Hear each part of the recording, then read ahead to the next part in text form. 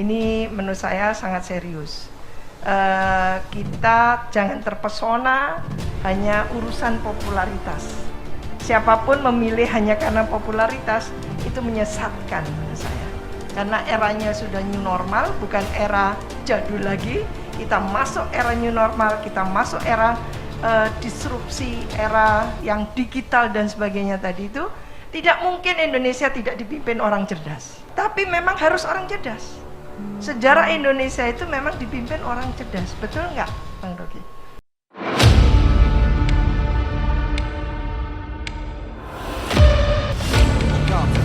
New city, new track. Formula E debut.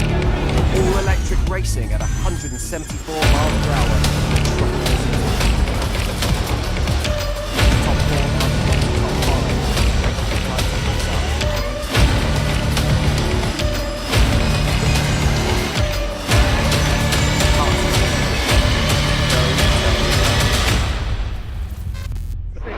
Nah, jadi saya juga melihat karena itu ketika menjalani Jakarta, kita jalankan juga dengan sebuah rencana, lalu kemudian kita jalani rencana itu dan komunikasikan rencananya, tunjukkan hasilnya. Jakarta ini kota yang kompleks. Yes. Tapi Jakarta ini adalah kota yang memberikan kesempatan yang luar biasa. Karena itulah saya mendorong sekali, jangan sampai orang berada di Jakarta hanya untuk mencari penghidupan. Cari nafkah saja. Ya. Tapi di Jakarta ini harus dia mendapatkan kehidupan yang membahagiakan. Oke. Contohnya orang bekerja, pulang kantor, berangkat kantor, itu harus ada pengalaman di dalam perjalanan mereka. Jangan hanya perjalanan saja, supaya tiap perjalanan itu memberikan satu pengalaman tersendiri atas kota ini. Insight baru ya Pak? Ya, jadi kami mau melakukan, inginnya kan seluruh Jakarta. Tapi kan jelas yang namanya membangun itu kan tidak mungkin di semua tempat pada saat yang sama. Ya. Nanti insya Allah akhir tahun ini wajah titik-titik banyak sekali akan berubah. Tapi nanti saya ceritain itu. Nah. Nanti udah jadi aja ceritanya. Coba Bang Arif bisa cerita.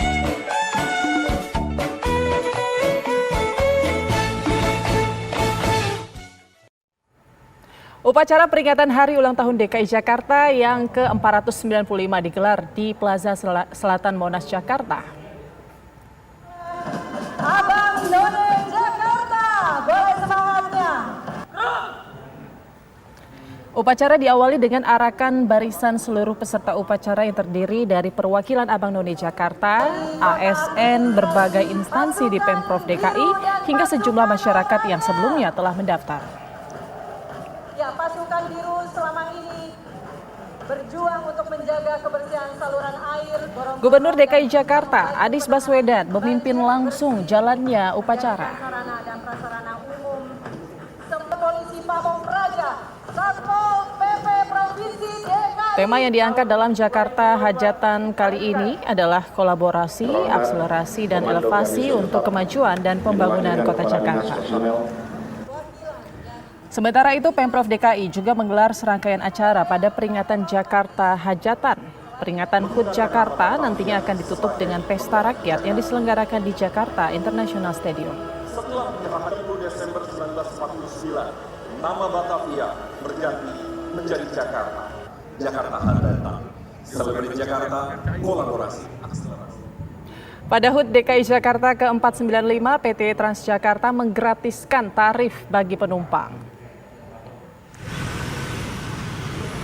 Meski gratis, para penumpang tetap harus menggunakan kartu untuk bisa masuk ke dalam halte. Namun, isi saldo di dalam kartu tetap utuh atau tidak terpotong sama sekali. Meski hanya gratis selama 1 hari, hal ini disambut baik oleh para penumpang bus Transjakarta, sehingga warga dapat bebas berkeliling ibu kota tanpa mengeluarkan ongkos. Diketahui tarif Transjakarta sebesar Rp3.500.000. Menginjak usia ke-495 tahun, Ibu Kota Jakarta terus bertransformasi dan berbenah. Sejumlah bangunan baru pun hadir menghiasi beberapa penjuru ibu kota. Apa saja? Berikut liputannya. Di bawah kepemimpinan Gubernur Anies Rashid Baswedan, Jakarta terus bersolek dan berbenah. Sejumlah infrastruktur lama kini disulap menjadi lebih megah dan lebih berwarna. Ada pula sejumlah bangunan baru yang mulai menghiasi beberapa penjuru ibu kota. Satu di antara banyak bangunan yang kini menarik perhatian adalah Jakarta International Stadium atau JIS. Dibangun sejak tahun 2019, stadion dengan kapasitas 82.000 penonton ini memang terus menjadi perbincangan. Stadion yang berada di Papanggo, Tanjung Priok ini memang tampak megah. Bahkan digadang-gadang bisa menggeser keberadaan Gelora Bung Karno Senayan. JIS saat ini disebut-sebut sebagai stadion termegah yang ada di Indonesia.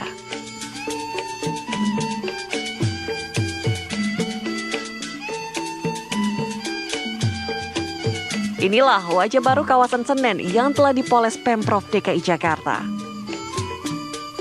Kawasan yang dulunya terkesan kumuh dan semrawut, kini telah tertata rapi dan semakin cantik.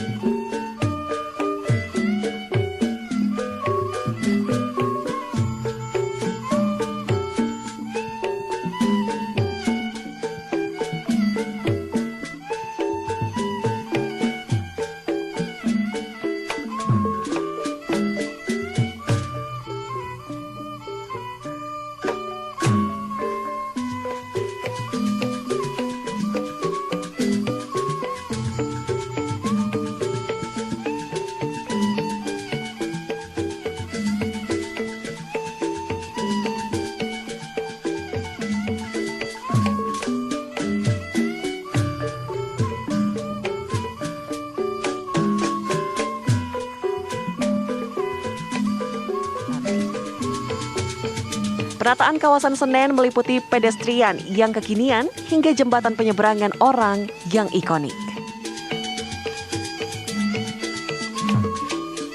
Desain jembatan yang menyerupai tuts piano membuat siapa saja tertarik untuk bersuah foto.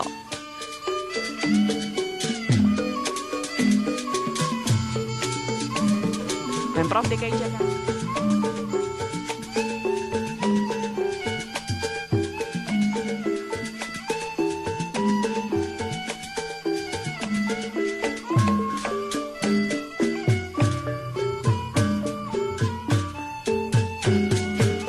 Pemprov DKI Jakarta kembali menyuguhkan ruang hijau untuk masyarakat dengan nama Tebet Eco Park.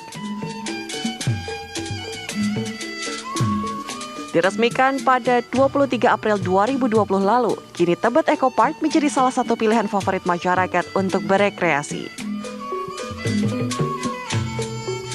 Tebet Eco Park hadir dengan luas mencapai 7 hektar. Selain terkenal karena jembatannya yang ikonik, ada berbagai fasilitas menarik yang bisa dinikmati oleh para pengunjung secara gratis.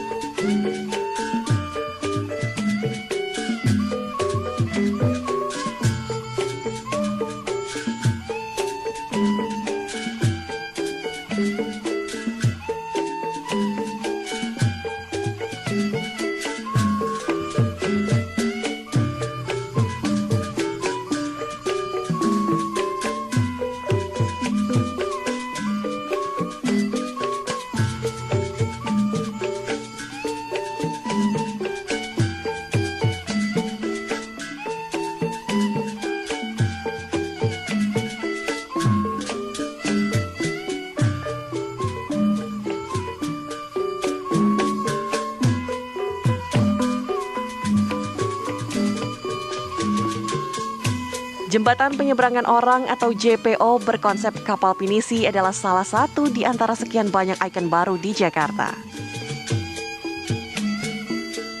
Resmi beroperasi sejak 10 Maret 2022 lalu, spot yang sejatinya sebuah fasilitas umum itu kini menjadi destinasi wisata menarik.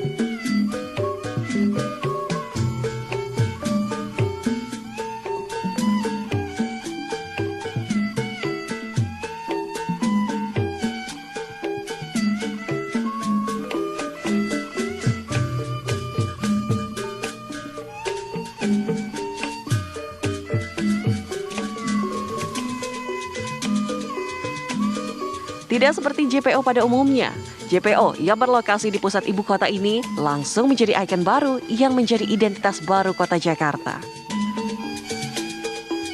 JPO ini bisa digunakan pengendara sepeda karena dilengkapi fasilitas lift dan tangga.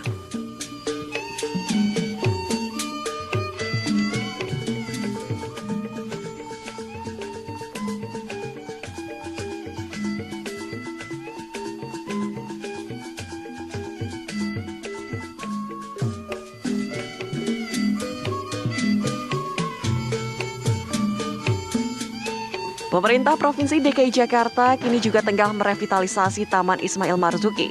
Progresnya sudah mencapai lebih dari 91%.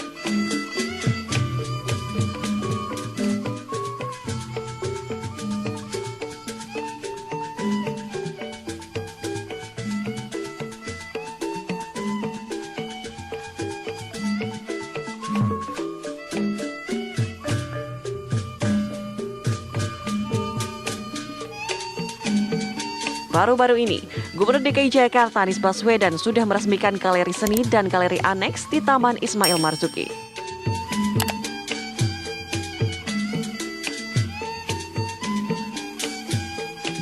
Ada pula pembangunan gedung parkir dan gedung panjang. Nah, gedung panjang ini bakal diberi nama Gedung Ali Sadikin, tempat pameran-pameran karya seni. Selanjutnya akan menyusul juga pembukaan perpustakaan, pusat pelarian seni, teater, dan planetarium yang pastinya tak kalah menarik.